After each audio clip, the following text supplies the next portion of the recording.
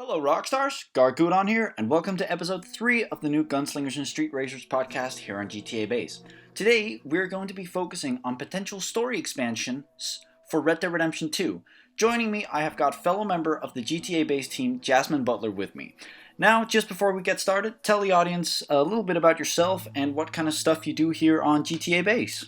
Hi, so my name is Jasmine. I study sports journalism at the University of East London at the moment. Primarily on the GTA base, I tend to work mostly on story-based stuff, so I don't tend to do much online. So I've written articles, so I've done about Easter eggs, what we're going to discuss today I've written an article about previously, but I also help with all the databases, collating all that information that makes sure all the people that access our site can help game further and get access to all the guides. That sounds awesome, and as you mentioned, Jasmine actually just recently wrote an article, oddly enough focusing on potential story expansions for RDRII, which I wanted to cover for this episode for a while. So we are without a doubt going to be covering parts of that more in depth, along with some fresh aspects in between most likely.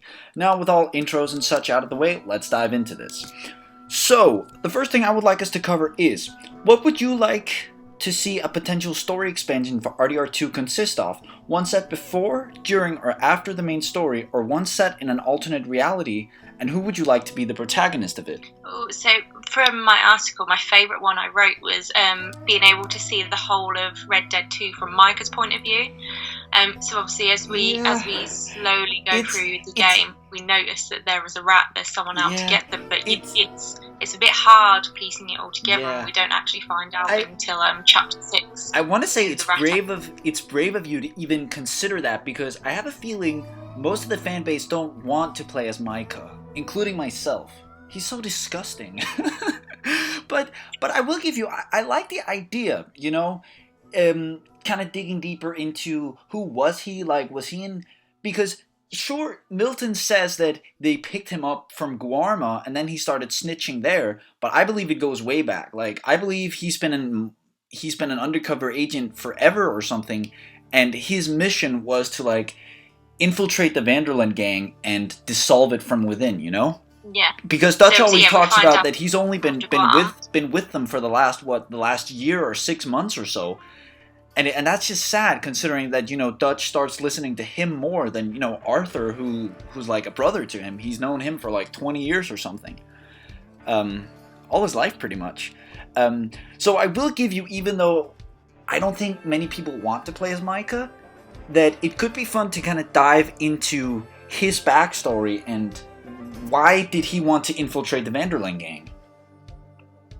I think it depends on the gamer, because myself, I made sure that Arthur was honourable throughout all my playthroughs. I just couldn't put him through dishonourable.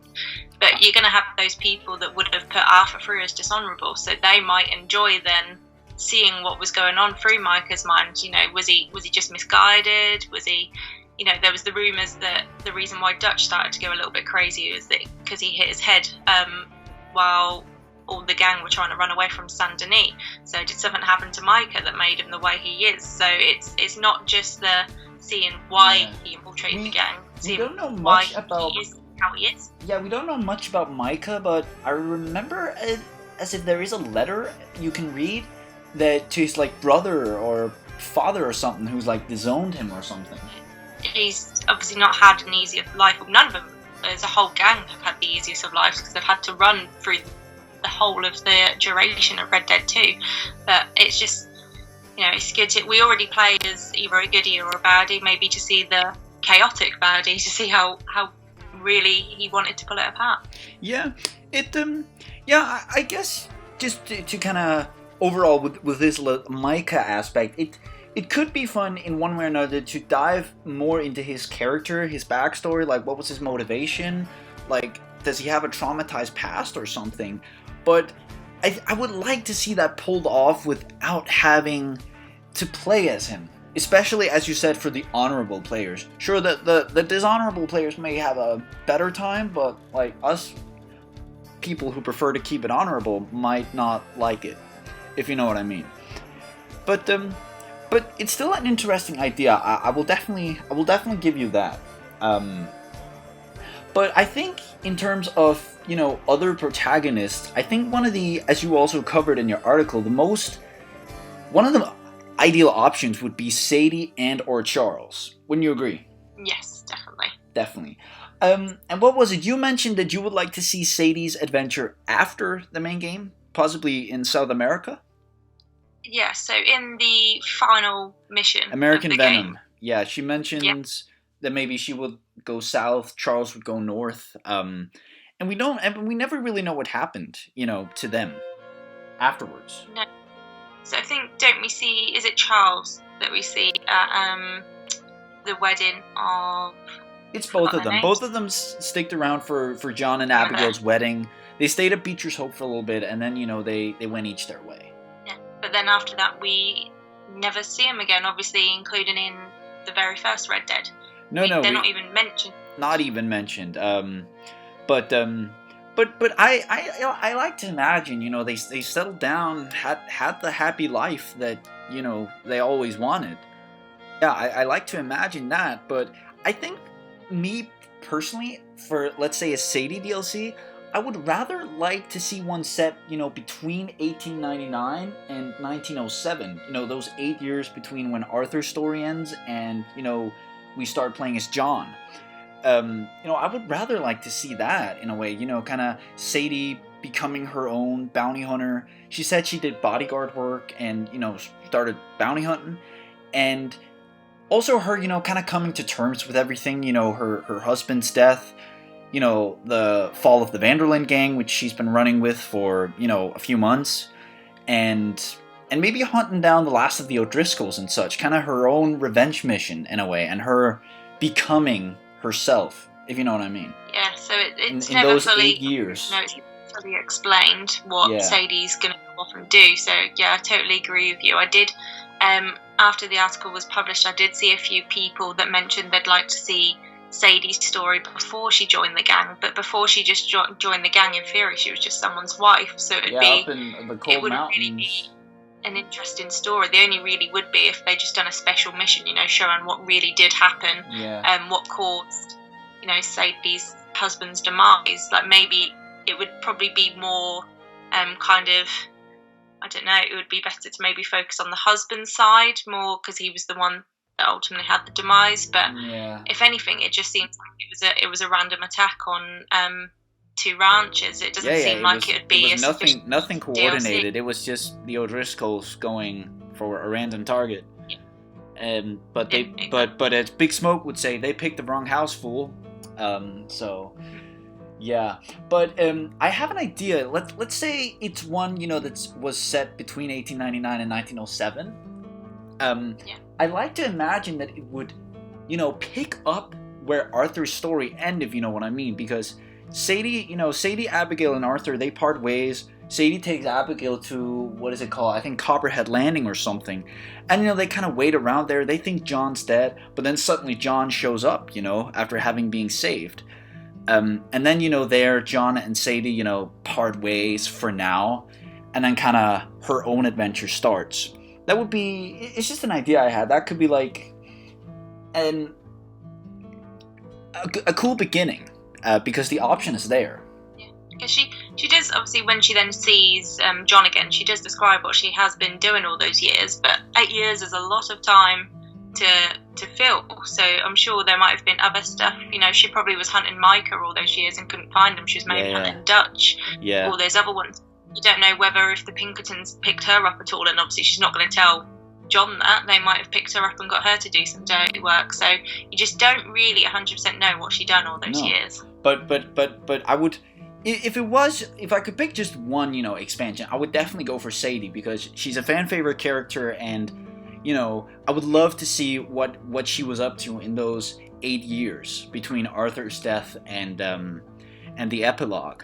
And as I said, that's everything from hunting down the last of the O'Driscolls, if there are any, her revenge mission, and her kind of coming to terms with her life, and everything from learning of John, that John's alive and stuff, and what else, and her doing like bounty hunting, bodyguarding, all that stuff. I would love to see that. If anything, just because, as I said, she's a fan favorite character. Yeah, one of the more popular ones that come out of the game, and I think that's down to, I've noticed, particularly online, there's a strong growth in women wanting to play Red Dead Online, and I think that comes down to the fact that they had a strong female character. Like, mostly, especially in Red Dead 1, most of the women in the game were portrayed as damsels in distress, where this time she was a damsel in distress to begin with, but she really, kind of pulled herself together and thought, this isn't how I'm going to be, I'm going to avenge my life. Yeah. I mean, I'm a dude myself, but, I became such a big fan of Sadie that, like, I made my Red Dead Online character a female character just because I wanted to feel a little more like the badass Sadie Adler. And I have no regrets there. So yeah. But I think we've covered Sadie all round. So there is let's move on to the next point I have, if that's fine. And that is a Charles expansion. What could that consist of? I think you also covered that in your article, correct? So with Charles, obviously, yes, in American Venom, he does mention his own plans, but that just didn't ever seem like the path for Charles for me. I felt like he would be a warrior till his death. Yeah, he was one of the characters throughout the whole story that when John wanted to do something, he was kind of like, whoa, was that the right idea? Especially with helping out Eagle Flies. But I feel like that would then become his journey now that Arthur isn't round, and John settled his journey to help Apache Indian Reservation. We don't know much about Charles's until the whole trial. I mean, ideally, I think for a Charles expansion, I think I would like to see maybe something set kind of before, during the main game, and then at some point there's a time jump, and then you're at the end of Arthur's story. Kind of, it starts off, Charles, he was a warrior. He was an expert, from what I know, he was an expert huntsman. He obviously, he had some kind of ties to the Native Americans already. Kind of explore that more in depth, like his path to joining and how he then met the Vanderling gang, because from what I remember, like, by the time the game starts, he's only been with the gang for like 6 months or something. Not a very long time. So it would be fun to, kind of explore more of his character and how he ended up, how he got involved with the gang out west and such. I would definitely love to see that, and then, as I said, perhaps there's a time jump till after the last one mission, which is the last time we see Charles during Arthur's story.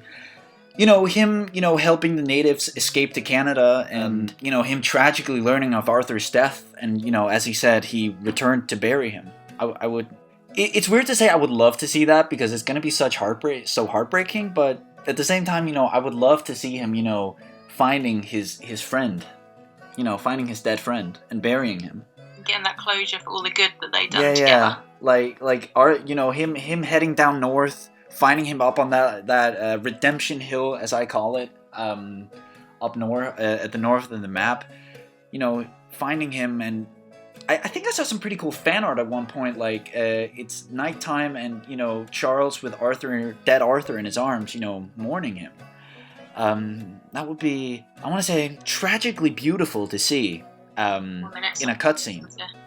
Yeah, it could be such a powerful moment, and then him, burying him up on that hill in the Grizzlies, and him also, burying what's her name, Grimshaw and such, and kind of, getting closure with the gang and everything, and then kind of him disappearing into whatever it is he started. What was it, wrestling down in Saint Denis or something? Because that's where John and Uncle find him all those years later. We don't really get any explanation as to why he ended up there, do we? No, we don't. It is very much, they kind of implied that they found Charles again, but there's no backstory to him whatsoever, what he's done all those years, besides the fact that we know he went back and buried Arthur. So there is a big gap there where we don't really know anything at all what he'd done. Absolutely, and I would love to see that.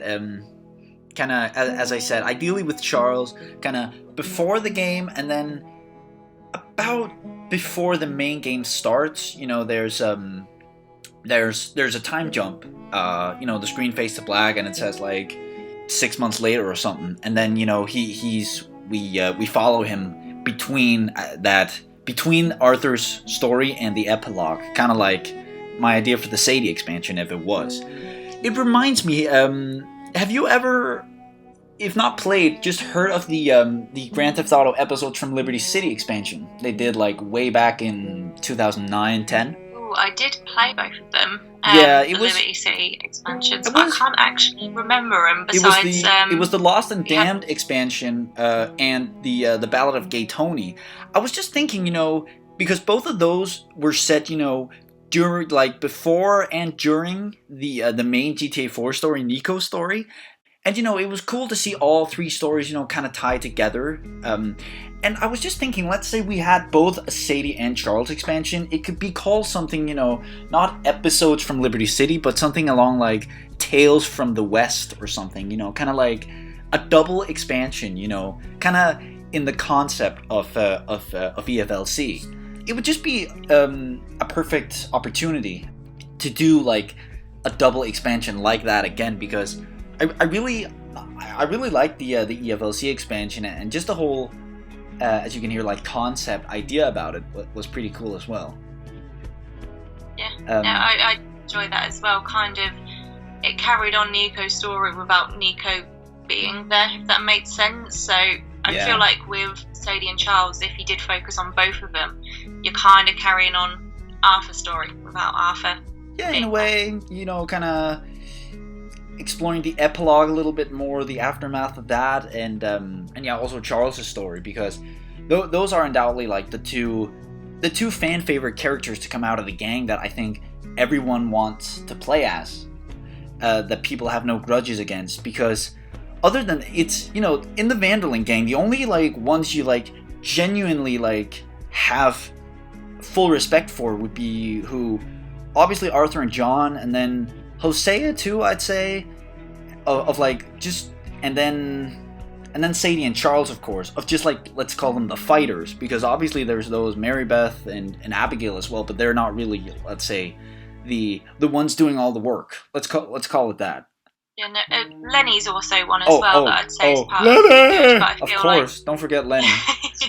Of course him as well. I totally forgot about him. But other than that, I just don't think it's actually you don't by any chance own the like Red Dead Redemption 2 Steelbook, do you? I don't know. Oh, I have that, and it's kind of like inside the box, it's kind of like a double-sided poster almost. Like on one side we have, Arthur, John, Charles, and Sadie, and then the other side we have, Dutch, Bill, Javier, and Micah, and then they're kind of looking at each other kind of ominously. Just to symbolize, it's kind of like that's, the two sides of the gang, by the time of chapter 6, as the gang internally falls apart. It's almost like a civil war concept in a way. It's like Team Arthur or Team Dutch. Like, whose side are you on? It's very clever from Rockstar as well, because a lot of people would have got the game with that inside, not knowing anything about it. Just for, and just on that track, I want to talk about what's his name, Javier Escuela, for a second. Because would you agree with me that his character is kind of like, he's conflicted, to say the least. Like, throughout most of the game, I have respect for him, and him and Arthur seem to get along well. But it's there in chapter 6 that he starts, that his loyalty blinds him in a way, and you can kind of, even in chapter 6, kind of see that in a way he knows what Dutch is doing is wrong, but then again his loyalty means everything to him, so therefore he stays loyal to Dutch. Would you agree with me on that? Yeah, with Javier, I like his character. Yeah, I liked him when I was first playing the game. Throughout kind of chapters, 2 and 3, I was just like, I found it very hard to believe that Javier was then one of the people that John had to hunt down. I was like, they and really also need in one of the very first missions, him and Arthur go up in the mountains to save John. And even when Arthur is questioning, like, Dutch or John might run away again, even Javier is there to defend him, like, I know him, he would never do that. Which just makes it all the more heartbreaking. To see him, having him hunt him down 12 years later. I don't know if it's because, obviously, everyone can see that Arthur is slowly dying, he's getting sicker and sicker by the day. I don't know whether Javier thought, that side of the team is just going to go. He thought John had gone. He didn't realise that he didn't realise that John had been abandoned. So to him, kind of all he knew was Micah and Dutch had left until they all showed up. Like, hang on a minute, something's going wrong here. Yeah. Javier kind of at that time, I think he had made up in his mind that he was going to go with Dutch because Dutch was one of the last great stand-in, when actually Dutch was the one that had done all the wrong things to, the damage, to John.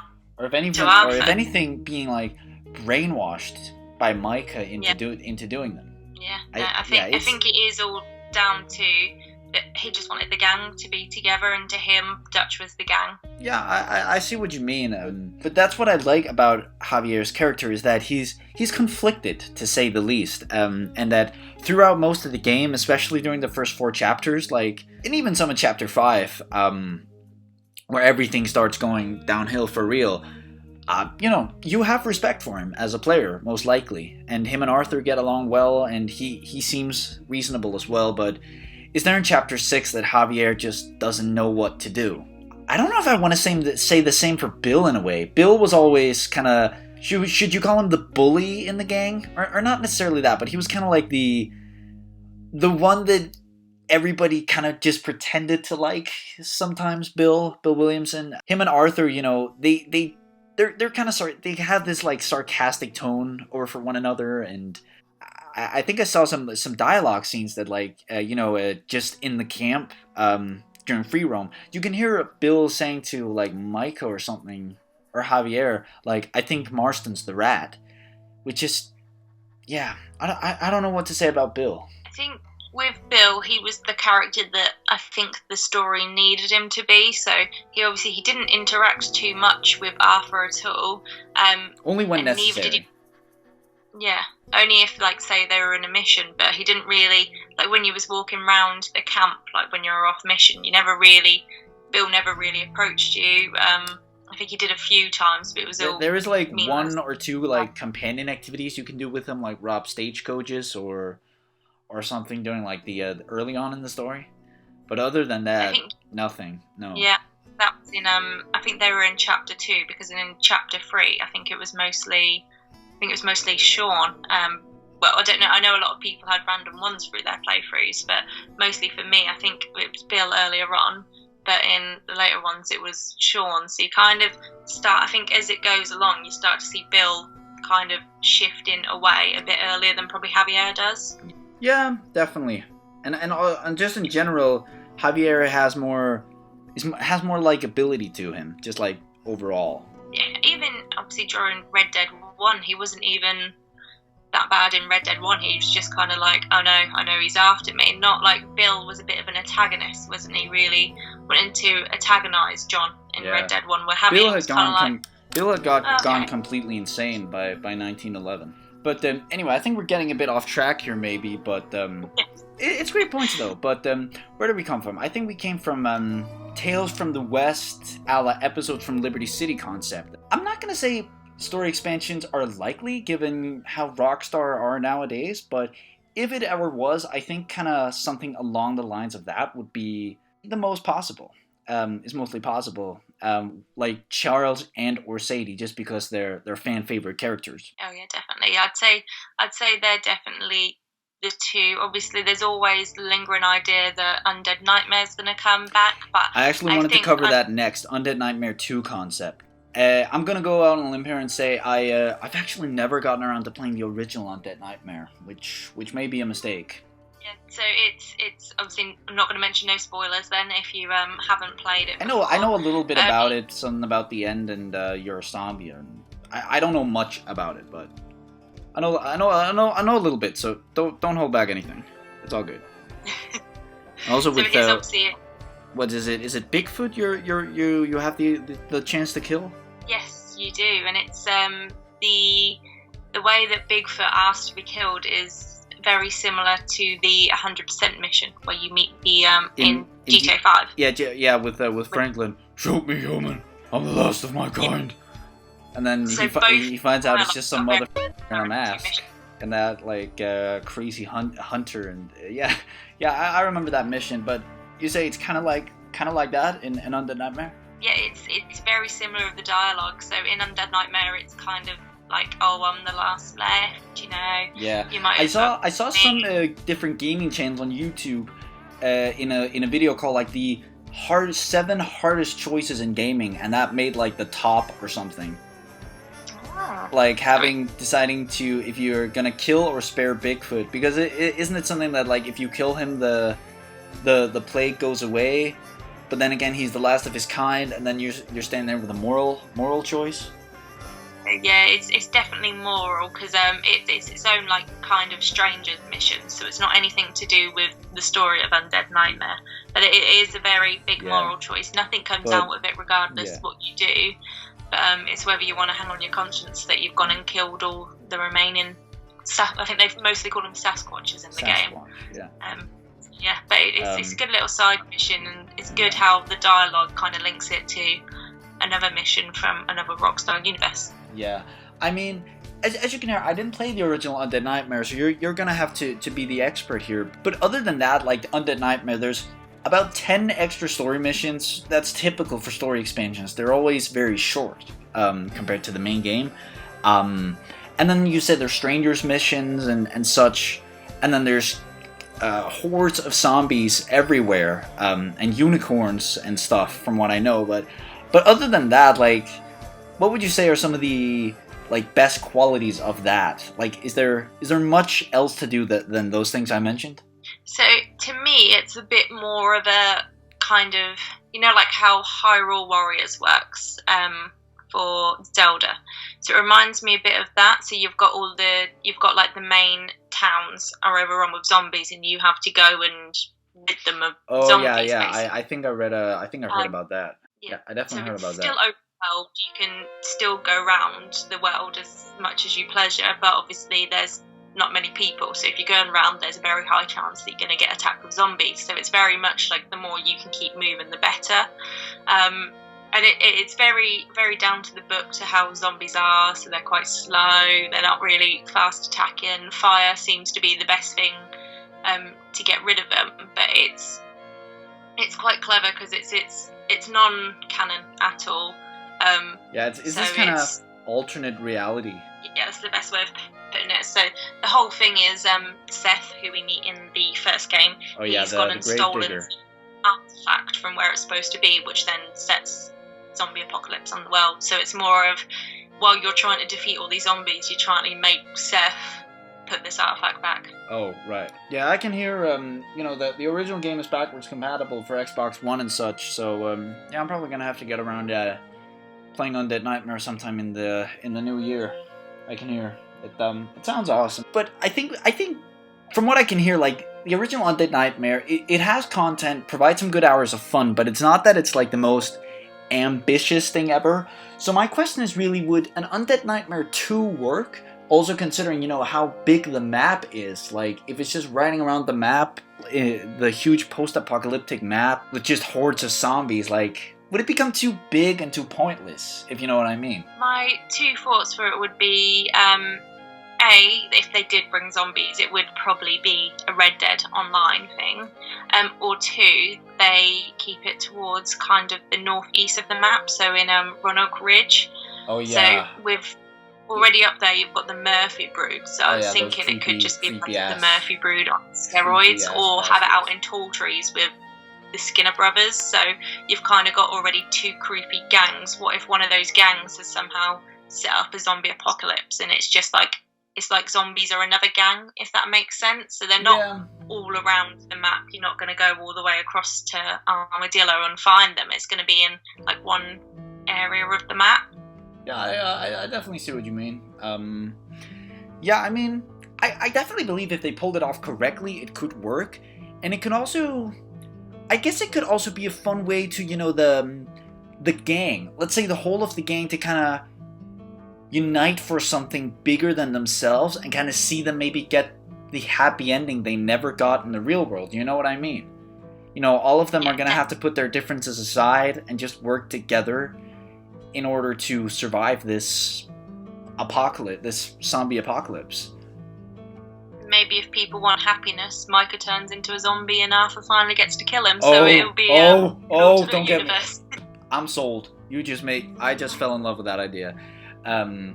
And I also think at some point I saw some pretty cool fan art. It was like, what was it? It was Abigail with a rifle and little Jack like all scared and such, like holding onto her leg. It could definitely work, I think, if they pulled it off correctly.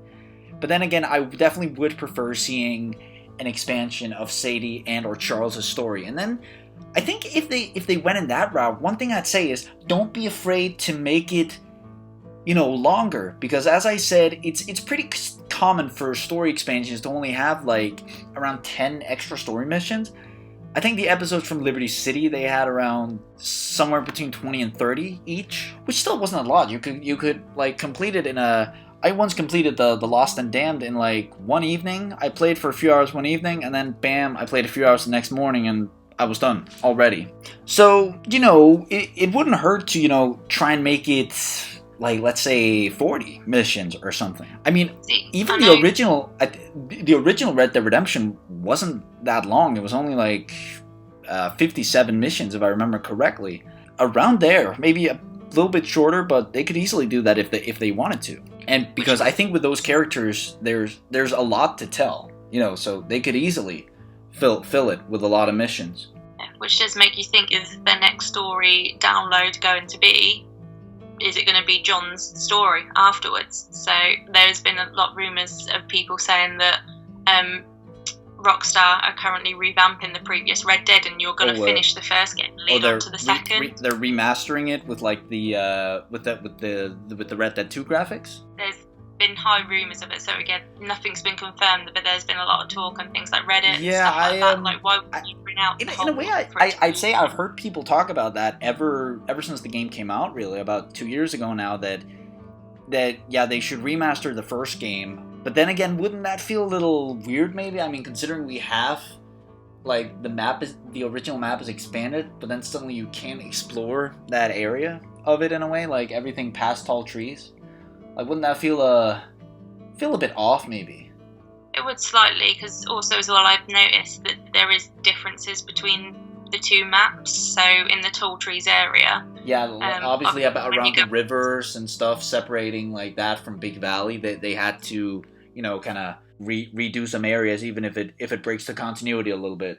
So when you go to was it Wood Dutch's Final Place, looks completely different in the second game to what it did in the first. Was that called Kochine? Yeah, either that it looks different, or like all the tunnels that he runs through haven't been like dug out yet, which is possible too. I don't know, but if anything, just I'm looking at the RDR2 map I have on my wall right now.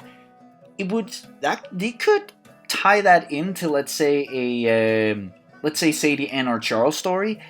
I would love to see them, utilize Mexico, kind of expand the existing map, like full textures. Like, you can go there, yes, with some glitches and stuff, but it would be cool to go there, like, full on, without making it difficult or anything, Yeah, it would be. It just seems like Mexico is there. We just can't go there. So yeah, I mean, there were some glitches or something. You could get drunk at one part of the map, then you'd spawn in Mexico. But it's not. From what I know, it's not possible to, let's say, just get a boat and go from one end to the other. Like, you won't be able to get onto the land. No, it was. Yeah. It was a glitch. Wasn't it like a Guam glitch or something like that? Yeah, that made I think it that so. And people could get across to Mexico. But then again, like, most of the Mexico map is, solid textures, like everything from, I think, that art to the Ojo del Diablo and all those areas, and Diaz Coronas and all those places we know and love from the first game. But then again, like a fortress like, what is it called, El Presidio, like has blurry textures. Like, you can see it's not finished at all when you're there. But then again, also, just from New Austin, you can look across the river, the San Luis River, and just see it all. It would be fun, if they wanted, if they would, like, kind of finish, mastering that model, and then obviously make it a little different from the one we see in the first game. Towns have yet to be built and such. Kind of like, how it already is with New Austin and such. Like, some areas haven't been built and stuff. But it would just be fun to explore Mexico again in these super graphics. I think that's the one thing that did let it down for a lot of people when they're like, yeah, great, the old map's coming back, but we don't get to go to Mexico. It's like, I mean, to me, Mexico was my favourite part of Red Dead 100%. About that, like, I knew there was going to be deserts and such in the Red Dead 2 map before the game came out, and I saw some, like, supposedly leaked maps and such, like, oh, there's going to be parts of the old map, that's cool, Great Plains and such. But then on release day, when I got, like, my physical map with the Ultimate Edition, I was like, what? They remastered the whole original map? Awesome! I did not see that coming. I mean, that totally caught me off guard. Which, it's just awesome, and, you know, for us who played the first game, it's just a lot of nostalgia. Like, sure, I love exploring the bayou and, you know, the cold mountains of the Grizzlies, but, you know, there's just a certain nostalgia that just makes you prefer, like, you know, tall trees and New Austin and such. I think obviously you haven't got the massive towns in those areas as well. And then even though I've explored the New Austin map once, obviously some differences, sure, but other than that, it felt like exploring a totally new map. Even if a lot of it was similar to something I had seen before. Like obviously with the plague of armadillo. The cholera outbreak. Make it different. Yeah. Absolutely, and a lot of a lot of towns haven't been settled and built and such, but it was just a fun time, and they should, they Rockstar would owe it to themselves to like fully make that Mexico map available, and then you can take, like, let's say a river or a boat across the river because the bridge has yet to be built and such, but then again, I'm thinking if that ended up in a Sadie or Charles story, like, why would... It's most likely Sadie would go to Mexico then to, like, collect some bounties or something then. Yeah, I don't really see Charles doing anything that far, like, southwestern, because Charles is like he's more the northern guy, you know, cold weather, Native Americans, hunting expert. Obviously, Sadie says she wants to go down to the south. So it's kind of like, been one of her I want to say it almost completes, like, let's say the holy four trinity. I don't know the word, but, you know, we have John, who's the legend of the west, we have Arthur, who's the legend of the east, then Charles would obviously be of the north, and Sadie would be of the south. You know, kind of, it completes the circle. Yeah. So sounds very good. Yeah. So yeah, but I guess finally I just want to return to the Sadie thing a little bit, because you said it could be fun to explore her adventures post the main game in South America, but I want to know, what would you hope to see then in terms of story? Like, because I can't really see what opportunities would be there. You know, if you know, she kind of leaves her life of crime behind her, you know, after the death of Micah, like, what would you hope to see then if we do follow her in South America? I think if we followed her to South America, it wouldn't be all sunshine and rainbows like she hoped it would be. So obviously she'd go through, I was thinking it'd be like a journey through South America, so she'd go through Mexico, maybe, I don't know how far down she would want it to go, so maybe she makes it down to Argentina, Brazil, Colombia, where there's obviously been big drug cartels. Maybe she gets mixed up with that sort of crowd. Yeah. So kind of going from the gunslingers to the drug slingers, really. Yeah. I mean, I don't know much about South America in the early 20th century, and, like, did the drug like dealing already begin way back then? So it would have been very underground back then. So it was mostly kind of, you'd thinking later on in the century that it become predominant. But it was always around, you know, all the cartels, and from I think it was late 19th century is when it started, because obviously that's when tobacco started to come around. So they found new ways of kind of producing different sorts of drugs. Oh yeah, of course, and kind of like we, you know, follow the Mexican Civil War during the first game, which was a real event from what I know in the early 1900s. I bet there must have been, like, some internal conflicts in parts of South America during that time. I may have read about it at some point, that there actually were some conflicts or something. I can't remember. But then, you know, we could follow that and kind of Sadie's place in that. In that area, yeah. So So obviously a lot of them were trying to come across to America as well at the same time. So you don't know. Obviously, it's very similar to what John did. He was helping the revolution. Would she then be helping? Obviously, there was a lot of trafficking beginning. Then would she be helping people that were getting involved? He played both ends just to find Bill and Javier. But then again, if we did follow Sadie in South America, they would most likely have to, or obviously gonna have to create a whole new map. And I just don't know if the tropical, warm climates of South America, from what I know, it's mostly that, like palm trees and hot weather and stuff, like and rainforest and such. I don't know if that would kind of fit into the Red Dead spirit, if you know what I mean. Probably not, and that's probably sure, like in Lemoyne, we have kind of the more swampy environments, southern environments. But then again, like I would say, it's mostly it's deserts, and then like big forests with big forests. I'm forgetting the word for it, but a non-rainforest, let's call it that.